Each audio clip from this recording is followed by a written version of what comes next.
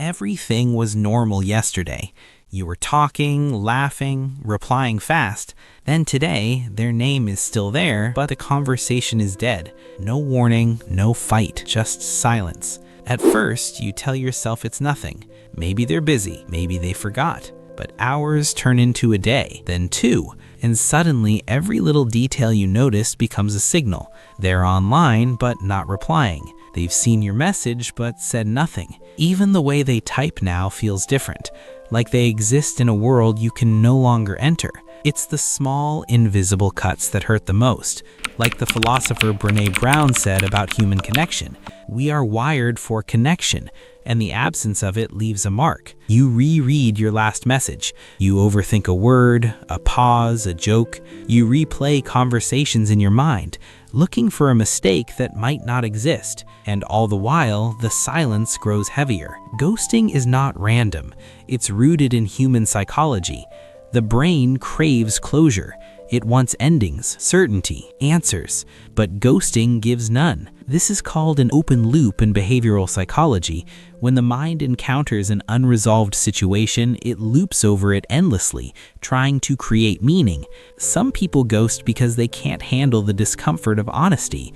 Saying, "I don't feel the same," or "I can't do this," triggers anxiety. It's a micro-fight between their emotional maturity and the human instinct to avoid pain. Even legendary writers notice this. Ernest Hemingway often explored the idea that people avoid hard conversations, not out of malice, but out of fear. He wrote characters who disappeared rather than face the emotional cost of truth. It's not always about rejection.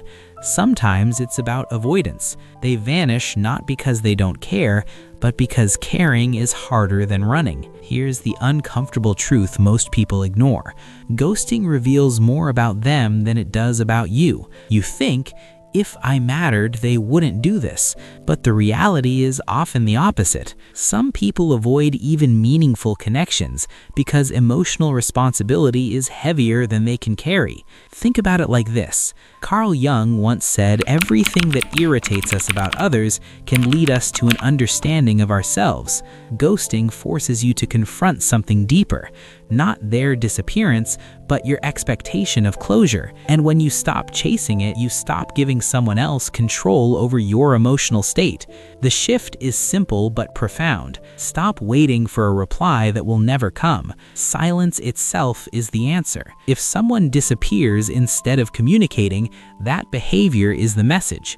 Not responding is a statement about their capacity, not your worth. Accepting this allows you to reclaim your energy. Instead of replaying conversations, analyze your own patterns, your own boundaries. Sometimes the hardest thing to do is to let go without an explanation. But that's exactly what clarity looks like. Ghosting isn't confusing because it's mysterious. It's confusing because it's empty. No closure, no explanation, just a space where someone once existed. And in that silence, there's a lesson. Sometimes the most honest answer someone can give you is the one they leave unspoken.